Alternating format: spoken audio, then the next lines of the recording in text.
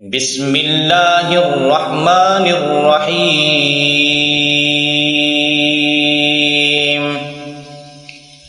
يا أيها المزمل قم الليل إلا قليلا نصفه أو انقص منه قليلا أو زد عليه ورتل القرآن ترتيلا إنا سنلقي عليك قولا ثقيلا إن ناشئة الليل هي أشد وطئا وأقوم قيلا إن لك في النهار سبحا طويلا واذكر اسم ربك وتبتل إليه تبتيلا رب المشرق والمغرب لا إله إلا هو فاتخذه وكيلا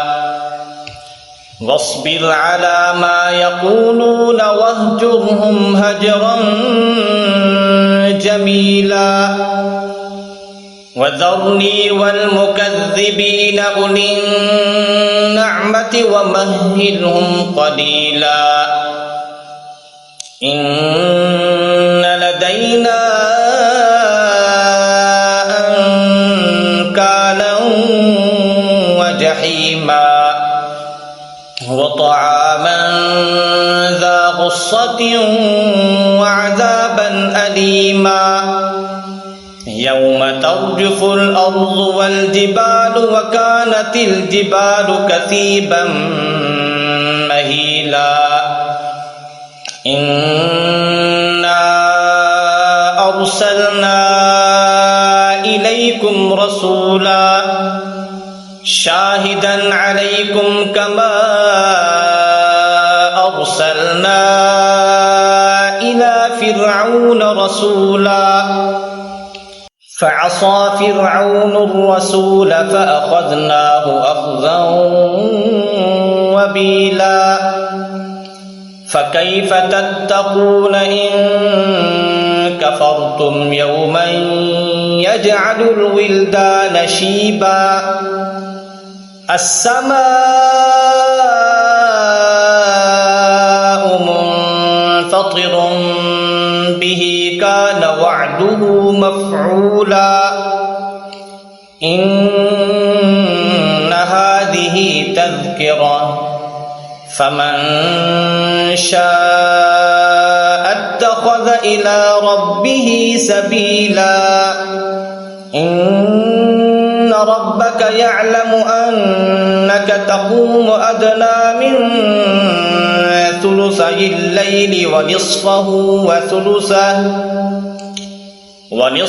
وثلثه وطائفة من الذين معك والله يقدر الليل والنهار علم أن لن تحصوه فتاب عليكم فاقرؤوا ما تيسر من القرآن علم أن سيكون منكم مرضى وآخرون يضربون في الأرض يبتغون من فضل الله وآخرون يقاتلون في سبيل الله فاقرؤوا ما تيسر منه وأقيموا الصلاة وآتوا الزكاة وأقرضوا الله قرضا حسنا وما تقدموا لأنفسكم من خير تجدوه عند الله هو خيرا وأعظم أجرا واستغفروا الله واستغفروا الله واستغفروا الله إن الله غفور رحيم